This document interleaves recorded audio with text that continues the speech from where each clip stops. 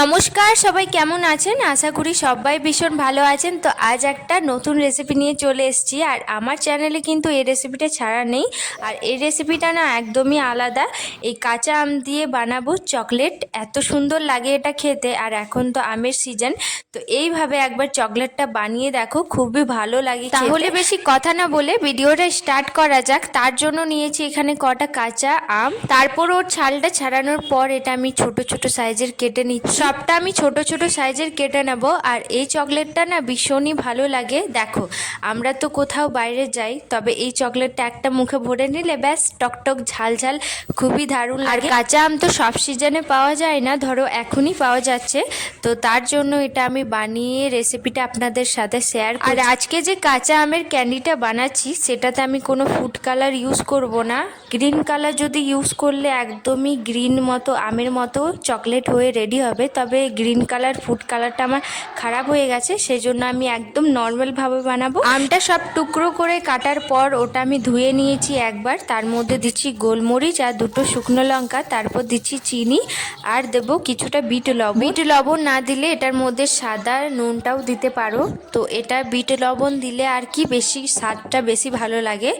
তারপর এটা আমি প্রায় দুবার ওই মিক্সিং জারে এটা ঘুরিয়ে নেব, যাতে একদম মিহি পেস্ট হয়ে যাক। এই যে রেডি আমাদের মিহি পেস্ট। তো এটা এবার আমি ননস্টিকের প্যানে, আর এটা চেষ্টা করবেন ননস্টিকের প্যানে বানানোর জন্য, কারণ এটা কড়াইতে চিটে যাবে। সেই জন্য এই প্যানগুলোতে না ভালো হবে।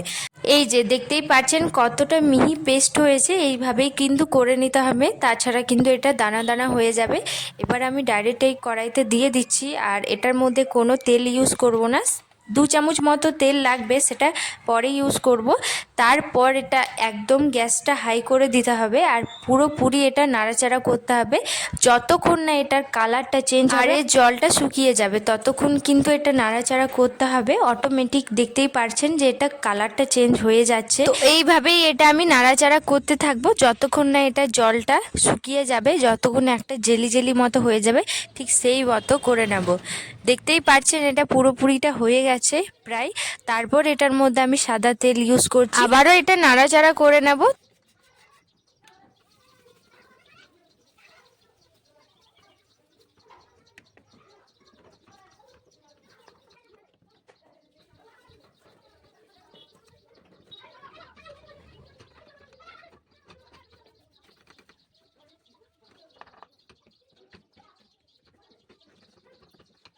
এই যে চকলেটের যে মিশ্রণটা সেটা অলমোস্ট হয়ে গেছে। এবার এদিকে আমি একটা পেপার নিয়েছি, ওটার মধ্যে আমি সাদা তেল লাগিয়ে নেব।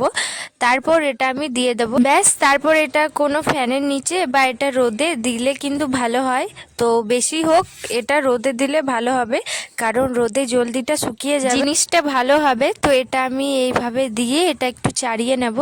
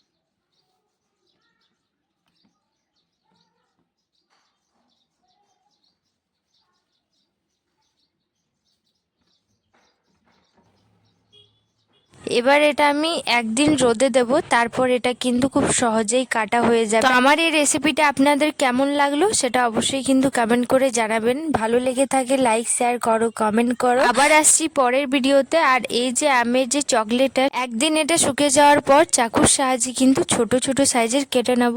তো একদম রেডি হয়ে গেল না চকলেট। তো